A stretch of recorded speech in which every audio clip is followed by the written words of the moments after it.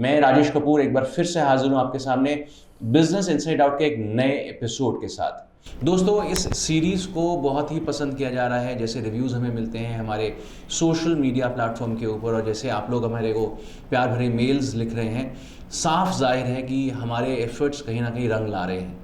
आज का एपिसोड भी बहुत खास होने वाला है, क्योंकि हम लोग हमारे आने वाले फ्यूचर के बारे में बात करने वाले हैं, जो कि है इलेक्ट्रिक व्हीकल्स। जी हाँ दोस्तों, इलेक्ट्रिक व्हीकल्स हमारा न केवल फ्यूचर है बल्कि हमारे प्रेजेंट को भी बहुत हद तक सुधारने का दावा करता है। इस फील्ड के अंदर भी बहुत कम प्लेयर्स हैं और हमारे को इनके बिजनेस के एस्पेक्ट्स के बारे में बताने वाले भी बहुत कम हैं। तो इसलिए आज के हमारे गेस्ट बहुत खास बन जाते हैं। ब्लू व्हील्स के फाउंडर एंड सीईओ मिस्टर चंद्रप्रीत सेठी हमारे साथ आज इस स्टूडियो में मौजूद हैं। लेकिन उनको मिलवाने से पहले मैं उनके बारे में बताना चाहूँगा एक छोटे से एवी के ज़रिए। आइए देखते हैं।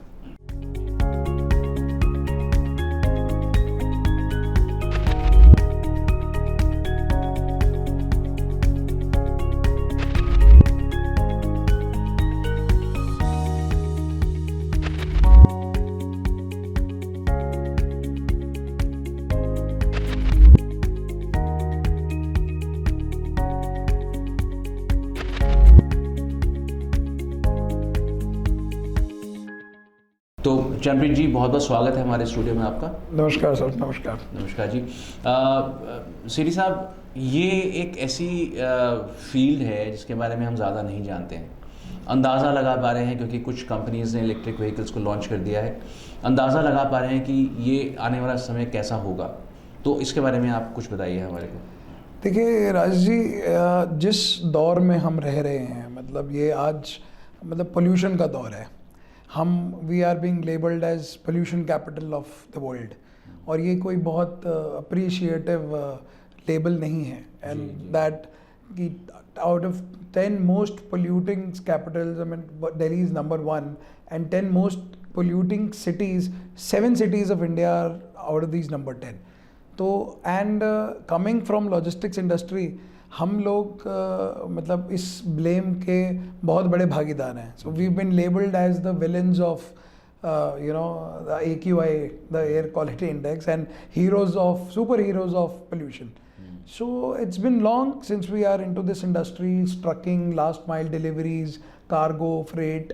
तो जो दिख रहा था, जो टेक्नोलॉजी आज हम यूज़ कर रहे हैं, IC engines, diesel engines, petrol engines, इनका एक बहुत ही इनहेरेंट जो एक जो सबसे एक बहुत ही डीप एस्पेक्ट है इनका, वो ये है कि ये अपने एफिशिएंसी के साथ साथ एक बहुत ही बड़ा आफ्टर मार्थ, एक बहुत ही कॉन्सिक्वेंस छोड़ के जाते हैं, which is pollution and dust which they create when they run on the roads, right. और उससे आने वाली जो दिक्कतें हैं वो हम ऑलरेडी देख चुके हैं। बीइंग इन दिल्ली, हम लोग आज सितंबर में बैठे हैं, हमें पता है कि आने वाले 2 महीने बाद Delhi becomes a choke box, right? It becomes a smoke box, and nobody is, even kids from 3 years till 50 years, everybody avoids going out. हर किसी को ये लगता है कि यार ये कहाँ रह रहे हैं हम, you have to find a solution to it. And electric vehicles is actually a solution to it. And a very good one. आप देखिए, zero carbon footprint, zero emissions, noiseless, so it does not solve one but many a problems. और electric vehicles, देखिए, एक शुरुआत थी कि जब हमने सबसे पहले देखा कि दिल्ली की सड़कों पे जो मैनुअल रिक्शास थे वो कन्वर्ट हुए इलेक्ट्रिक रिक्शास में, राइट। अब जो दौर आ रहा है उसमें हमारे 2 व्हीलर्स और 3 व्हीलर्स जो कार्गो में चलते हैं, डिलीवरी में चलते हैं, वो चेंज हो रहे हैं। सो 80% of India's vehicular population is 2 wheelers and 3 wheelers. So you can understand कि अगर उस 80% को हम अपने पुराने डीजल और पेट्रोल इंजन से चेंज करके इलेक्ट्रिक व्हीकल्स में ले आए तो हम कितना पोल्यूशन सेव कर लेंगे।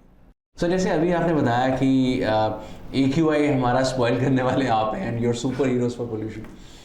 खैर, एनीवेज, ये तमके बिल्कुल डेफिनेटली आपको अपने ऊपर नहीं देने चाहिए। समय की तकाजा था तो हमने वो किया जो समय मांग रहा था। बट सर, ये एक डीजल व्हीकल से ट्रांजिशन करके इलेक्ट्रिक व्हीकल्स पे आना, ये भी समय का तकाजा है, लेकिन सोच कैसे आई है?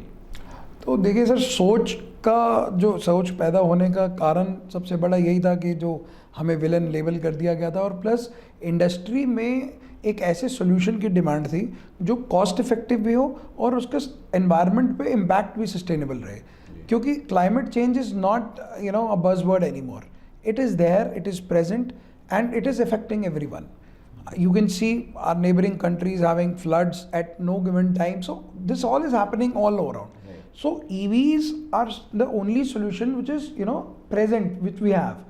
And I know that much of a work has to be done in EVs also, कि हमारे को इनकी बैटरी की लाइफ साइकिल के ऊपर वर्क करना है, हमको हम जो इलेक्ट्रिसिटी प्रोडक्शन है उस पर वर्क करना है, कि वो हम जैसे आप जानते हैं कि हमारे प्रधानमंत्री ने 2030 का एक बहुत ही एक अग्रेसिव लक्ष्य रखा है कि पूरे देश की जो एनर्जी प्रोडक्शन है वो 50% रिन्यूएबल एनर्जी हो जाएगी. सो ये एक कार्बन न्यूट्रल मॉडल की तरफ पहुंचने का एकमात्र रास्ता है. और लॉजिस्टिक इंडस्ट्री 66% रिस्पॉन्सिबल है इस पोल्यूशन को क्रिएट करने के लिए. तो हम चाहते हैं कि starting from the last mile, जो आपके जो लास्ट में आपके घर तक जो एक राइडर या एक 3-व्हीलर आ रहा है, वहाँ से इस ट्रांजिशन को स्टार्ट करें. And coming 5 years we would want to at least 50% transition of all the conventional vehicles has to be done to EVs. ये हमारा लक्ष्य है. Sir, Blue Wheels is going to be one of the operators, right? तो already हमारे industry के अंदर भी काफ़ी एक फ्लरिशिंग सी इंडस्ट्री बनने जा रही है, और अभी तो बहुत अभी उठ ही रही है, पर आपको डिफरेंट होना पड़ेगा. आई एम श्योर आप अभी भी डिफरेंट होंगे. कैसे हैं? Rajesh, the most significant differentiator which we have with our competitors is our team. So we have more than 100 years of consolidated experience amongst our team, and our founder chairman Mr. Sanjeev Gupta is basically he has headed Coke India, he has headed Spice Express, and comes from a very, very long journey of supply chain solutions. I mean, he's been solving supply chain solutions for very, very long time. Okay. So and then there we have Mr. Sanjeev Khanna, who's existingly as a CEO of Patanjali Group, and we have Mr. Jaspreet, who's an ex-banker. We have Mr. Manoj Berry, he has headed finance for VLCC. So the team in all has a varied experience of more than 100 years in complex supply chains, FMCGs and logistic core. And my experience from, it's been more than 15 years since I've built 2 successful logistic companies from ground. So हमारा differentiator is our domain knowledge. So people existing in this industry are more of a product fantasy and product centric approach, but we are solution centric people. So दोस्तों, intra city travel के अंदर anxiety आपको नहीं होगी, ऐसी assurance हमारे को अभी सेठी साहब ने दी है. लेकिन ब्लू व्हील्स एक्चुअली में क्या करने वाली है हमारे लिए, हमारे फ्यूचर को कैसे संवारने वाली है, ये भी जान लेते हैं sir. So Blue Wheels is basically an EV as a fleet service. So आज के लॉजिस्टिक्स एनवायरनमेंट को अगर आप देखेंगे तो यहाँ पे जितनी भी ट्रक्स या व्हीकल्स चलती हैं ये पुराने कन्वेंशनल ईदर CNG, पेट्रोल और डीजल पे चलते हैं, and this is the major source of pollution. Converting that particular logistics ecosystem to electric is taking time. जो अडॉप्शन रेट है मतलब इफ आई कुड रिकॉल कि आज से 15 से 16 साल पहले हमारे देश में पहली इलेक्ट्रिक रिक्शा लॉन्च हो चुकी थी, और आज 16 साल बाद भी जो बाइक पेनिट्रेशन है दैट इज जस्ट अंडर 2%. सो उस अडॉप्शन के जो चैलेंजेस हैं जो हमने अभी डिस्कस किए, चाहे वो बैटरी का सपोर्ट हो, चाहे वो चार्जिंग इंफ्रास्ट्रक्चर का वो हो, चाहे जो इनिशियल केपेक्स है कि जो नॉर्मल बाइक से और ईवी बाइक के प्राइस पॉइंट में डिफरेंस है. So there were all these hindrances for logistics players to actually get a single bike and get the delivery done. So we have understood these challenges coming from a point, logistic background. So we have addressed all these challenges in a very, singular and consolidated manner. So Blue Wheels is coming up with a platform which will be integrating the charging infrastructure, the, trained riders, the maintenance, the life cycle of the vehicle, and obviously the fleet would be owned by us and operated by us. So we will be leasing these EV as a fleet to these e-com or these food or these grocery companies in a monthly solution model, consolidating all aspects and all stakeholders in one platform. अब ये एक interest point और generate करवा दिया आपने कि ये कितना महंगा या सस्ता होने वाला है।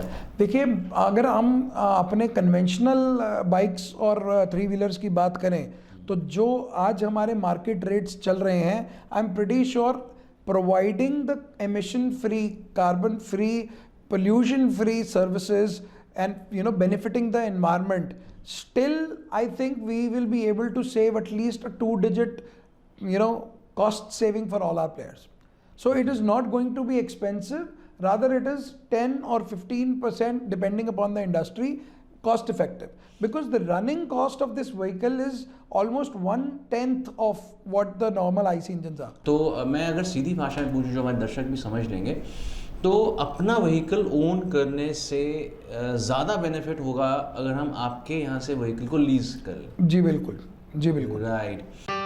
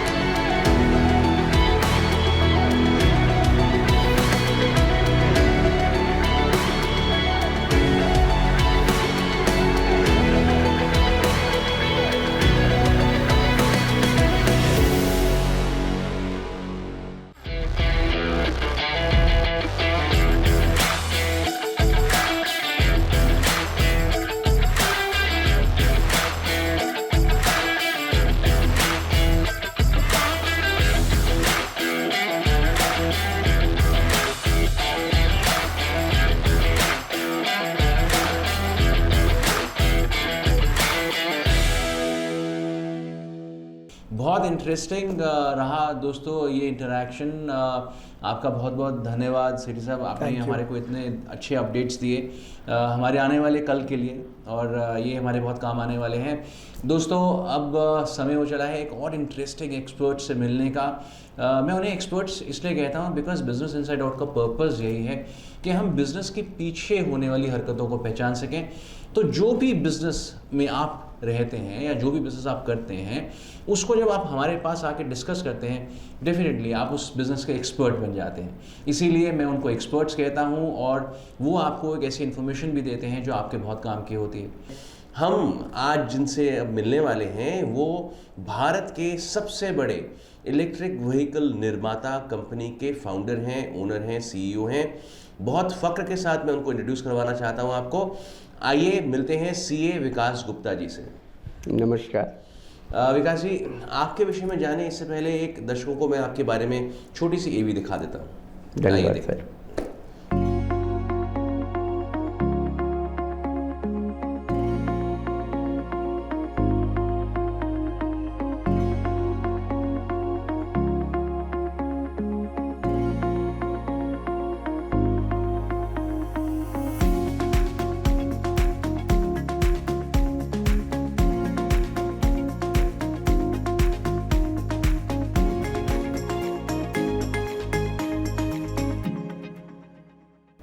विकास जी, हम लोगों ने इस एवी के अंदर देखा कि कैसे आप लोग जो हैं कितने फील्ड्स के अंदर ऑलरेडी ऑपरेशनल हैं, मोटर बाइक्स हैं, कहीं थ्री व्हीलर्स हैं, कहीं कुछ हैं।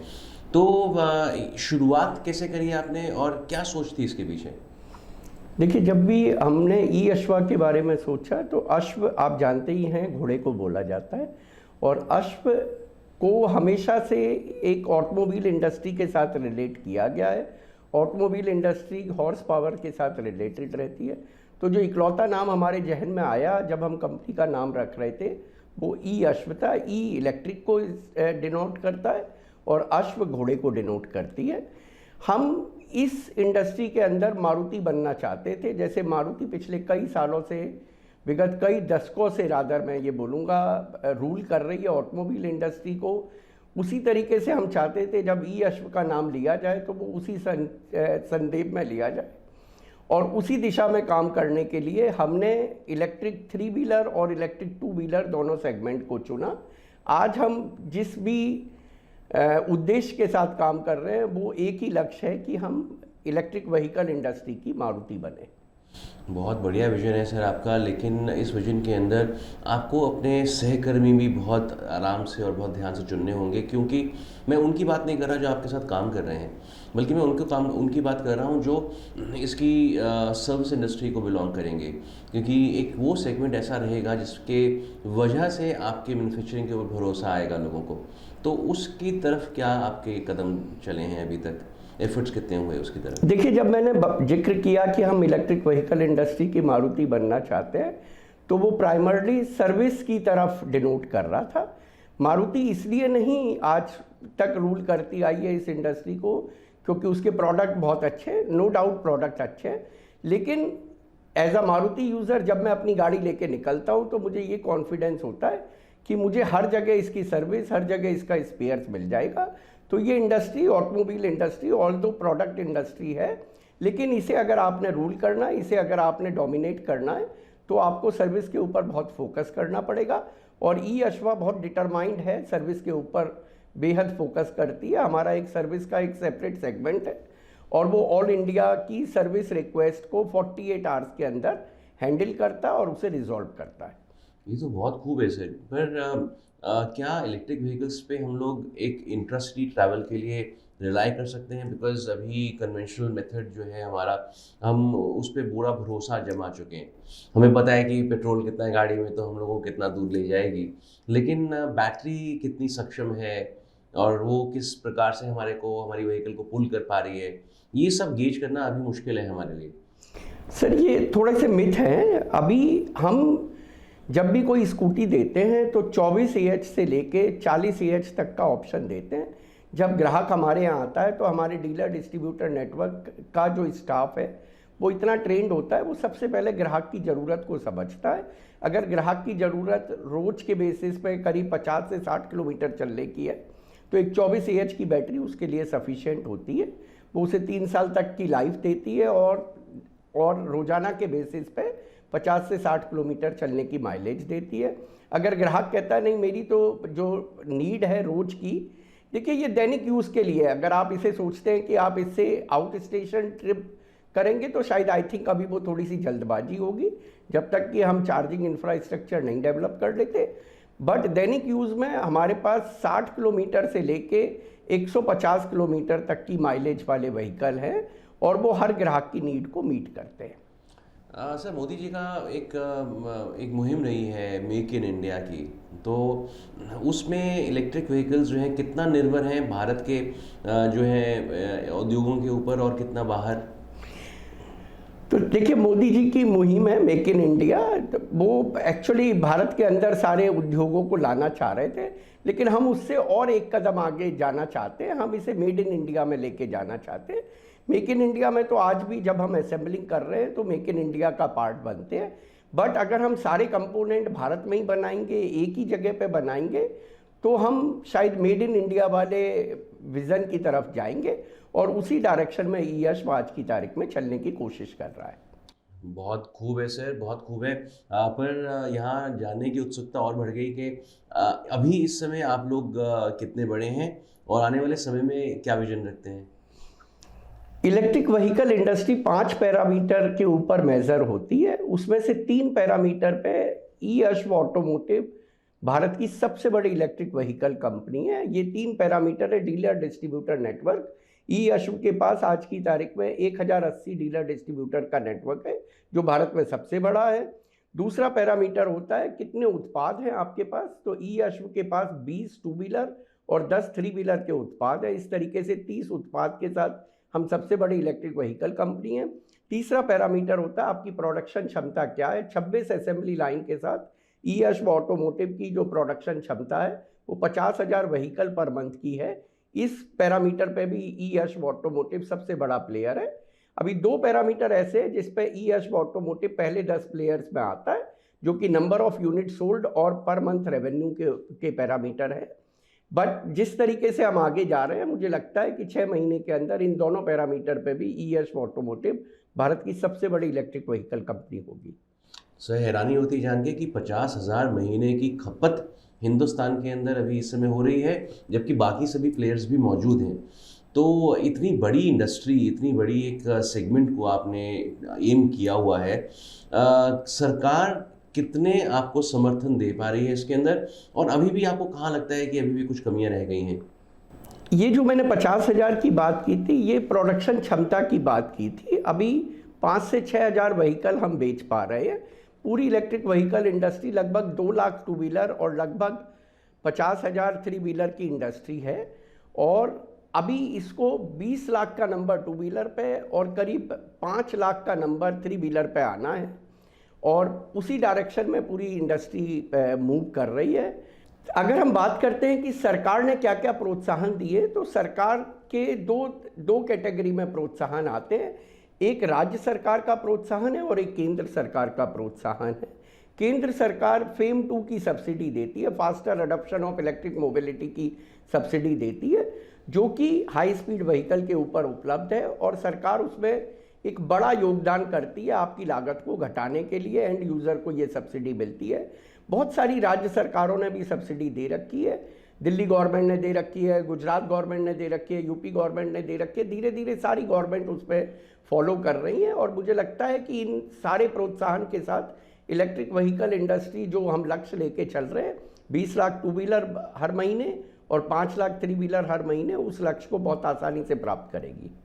सर जहां आप प्रोत्साहन की बात करते हैं, कभी कभी सरकार की नीतियां कुछ ऐसी हो जाती हैं कि प्रोत्साहन कम और एक तरीके से डर ज़्यादा पड़ जाता है।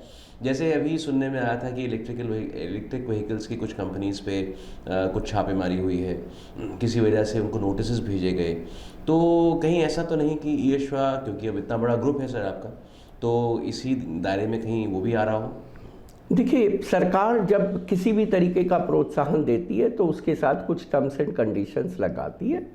अगर आपको उन प्रोत्साहन को लेना है तो उन टर्म्स एंड कंडीशंस का अक्षरशः पालन करना होगा।